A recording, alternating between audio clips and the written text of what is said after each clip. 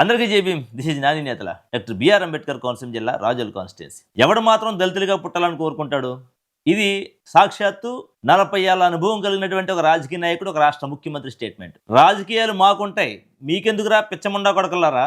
ఇది ఒక ప్రభుత్వ విప్ చింతమనేని ప్రభాకర్ ఇచ్చినటువంటి స్టేట్మెంట్. ఇప్పుడు కొత్తగా దళితుల ఓట్లు మాకు అవసరం లేదు అని డైరెక్ట్ సాక్షాత్తు స్పీకర్ మాట్లాడుతున్న డిప్యూటీ స్పీకర్ ఆంధ్రప్రదేశ్ రాష్ట్రం. అసలు వీళ్ళ ధైర్యం ఏంటి?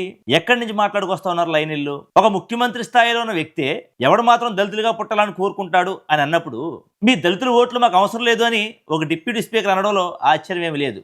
కాకపోతే ఈ స్టేట్మెంట్ వెనకతల చంద్రబాబు నాయుడు గారు ఉన్నారా?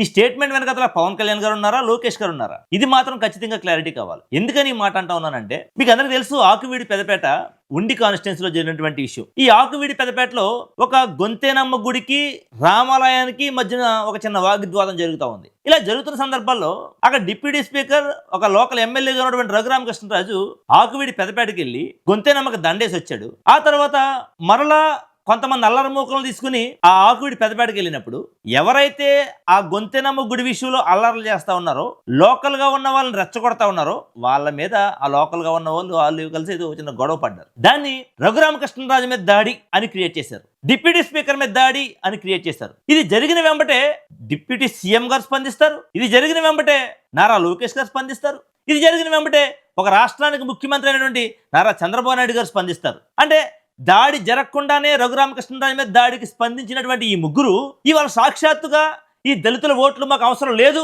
అన్నా కూడా స్పందించడం లేదంటే, ఇది ఖచ్చితంగా టీడీపీ అఫీషియల్ స్టేట్మెంట్ అని మేమందరం నమ్మాల్సిన పరిస్థితి వచ్చింది ఇవాళ. ఇది ఖచ్చితంగా చంద్రబాబు నాయుడు గారు ఇచ్చినటువంటి స్టేట్మెంట్ గానే మేమందరం భావించవలసిన పరిస్థితి ఏర్పడింది ఇవాళ. చంద్రబాబు నాయుడు గారికి కనుక నిజంగానే దళితుల ఓట్లు అవసరం లేదనుకుంటే కనుక ఎందుకు వచ్చిన ఈ దొంగ నాటకాలన్నీ కూడా?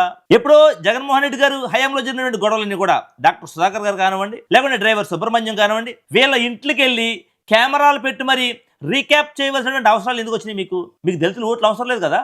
మీకు, మీ ప్రభుత్వానికి, మీ స్పీకర్ గారికి ఇవాళ ఆకువీడి పెదపేటలో సుమారుగా 50 మందిని అక్రమంగా అరెస్టులు చేసి అటెంప్ట్ మర్డర్ కేసులు కట్టి జైళ్ళకి పంపి ఇవాళ కోర్టుల చుట్టూ తిప్పుతా ఉన్నారు దళితుల్ని అన్యాయంగా. ఇది మీకు ఎవరికీ కనపడదు. కైకలూరు దానగూడెంలో దుర్మార్గంగా దళితుల మీద కత్తులతో దాడులు చేస్తూ ఉంటే అది మీకు కనపడదు. మరీ ముఖ్యంగా కొందానపల్లి అయినటువంటి పీగనవరం నియోజకవర్గంలో ఒక దళితుడు సమాధి పట్టుకెళ్తా ఉంటే దాన్ని కింద పడేసి కొంతమంది జనసేన సైనికులు వాళ్ళని కొడతారు, కులం పేరుతో దూషిస్తారు. ఇవి మీకు కనపడవు. పిఠాపురం అయినటువంటి సాక్షాత్ డిప్యూటీ సీఎం గారి యొక్క నియోజకవర్గంలో చిన్న చిన్న పిల్లలు వచ్చి అయ్యా మా మీద వివక్ష ఎదుర్కొంటా ఉన్నాం, మేము మా మీద వివక్ష చూపిస్తా ఉన్నారని చెప్పి వాళ్ళు ప్రెస్ మీట్లు పెడితే అది మీకు కనపడదు. దాని మీద లోకేష్ గారు, ఈ డిప్యూటీ సీఎం గారు కానీ, ఈ రాష్ట్ర ముఖ్యమంత్రి గారు కానీ స్పందించరు. కానీ ఒక నాటకానికి ఏ దాడి జరగకుండానే నా మీద దాడి జరిగింది అని ఒక చిన్న స్టేట్మెంట్ ఇస్తే దాన్ని మీడియా చూపిస్తుంది, డిప్యూటీ సీఎం స్పందిస్తాడు, విద్యాశాఖ మంత్రి స్పందిస్తాడు, ముఖ్యమంత్రి స్పందిస్తాడు. ఇవాళ దళితుల ఓట్లు మాకు అవసరం లేదు అన్నటువంటి రఘురామకృష్ణరాజు స్టేట్మెంట్కి మీరెవ్వరు కూడా స్పందించట్లేదు అంటే ఖచ్చితంగా తెలుగుదేశం పార్టీకి, జనసేన పార్టీకి దళితుల ఓట్లు అవసరం లేదని ఈ సందర్భంగా మీకు అర్థమవుతోంది మా అందరికీ కూడా. అసలు నాకు అర్థం కాని విషయం ఏంటంటే, ఇక్కడ ఈ పార్టీలో, ఈ కూటమిలో తెలిసినటువంటి దళిత ఎమ్మెల్యేలు, ఎంపీలు నిద్రపోతున్నారా లేకపోతే గాడిదలు కాస్తా ఉన్నారా నాకు అర్థం కావట్లా. ఒక సాక్షాత్తు ఈ రాష్ట్ర డిప్యూటీ స్పీకర్ బయటకు వచ్చి మాకు దళితుల ఓట్లు అవసరం లేదని స్టేట్మెంట్లు ఇస్తా ఉంటే నిద్రపోతా ఉన్నారా మీరు? దళితుల ఓట్లు అవసరం లేకుండానే ఇవాళ కూటమి ప్రభుత్వాన్ని ఫామ్ చేసిందా? దమ్ముంటే కూటమి ప్రభుత్వానికి సవాల్ విసురుతా ఉన్నాను నేను, రాజీనామాలు చేసి పడేయండి. మాకు దళితులు ఓట్లు లేదంటారేమో, దళితులు ఓట్లు లేకుండానే మీకు రాష్ట్ర వ్యాప్తంగా ఎంత మైలేజ్ వచ్చిందా, ఎంత మెజారిటీ వచ్చిందా? ఇవాళ రాష్ట్ర వ్యాప్తంగా దళితుల మీద అనేకమైన దాడులు జరుగుతూ ఉంటే ఈ దళిత ఎమ్మెల్యేలు ఎవరు కూడా స్పందించరు. ఇవాళ దళిత ఆడబిడ్డల మీద మానభంగాలు జరుగుతూ ఉంటే దళిత హోమ్ మినిస్టర్ గారు స్పందించరు. సుమారుగా 50 మంది దళితుల్ని అక్రమంగా, అన్యాయంగా జైల్లో పెడితే దళిత హోమ్ మినిస్టర్ గారు స్పందించుదామే. కానీ ఇవాళ దళితుల ఓట్లు మాకు వద్దు అన్నా కూడా నోరు మూసుకుని కూర్చున్నారు అంటే వీళ్ళంతా ఇది ఖచ్చితంగా టీడీపీ స్టేట్మెంట్ గానే తీసుకోవచ్చా, జనసేన స్టేట్మెంట్ గానే తీసుకోవచ్చా? దీని మీద ఖచ్చితంగా కూటమి పార్టీ గాని, ఈ రాష్ట్ర ముఖ్యమంత్రి గాని సమాధానం చెప్పవలసినటువంటి అవసరం ఉంది.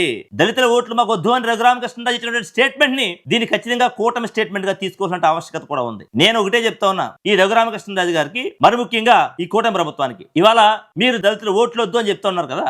దళితుల ఓట్లు మీకు వద్దు అనుకున్నప్పుడు ఖచ్చితంగా ఎక్కడెక్కడైతే రిజర్వ్ కాన్స్టిట్యున్సీలు కానివ్వండి, జనరల్ కాన్స్టిట్యున్సీలు కానివ్వండి, ఎక్కడైతే దళిత ఓట్లతో మీరు గెలిచారో అన్ని పదవులు కూడా రాజీనామాలు చేసి మీకు దమ్ముంటే మరలా ఎలక్షన్కి వచ్చి దళితుల ఓట్లు మాకు వద్దు అని చెప్పి గెలిచి చూపించండి. నిజంగానే మీకు మరలా ఎప్పుడు ఎదురు తిరిగి మాట్లాడే పరిస్థితులు మేము ఉండమని చెప్పి సందర్భంగా తెలియజేస్తా ఉన్నాను.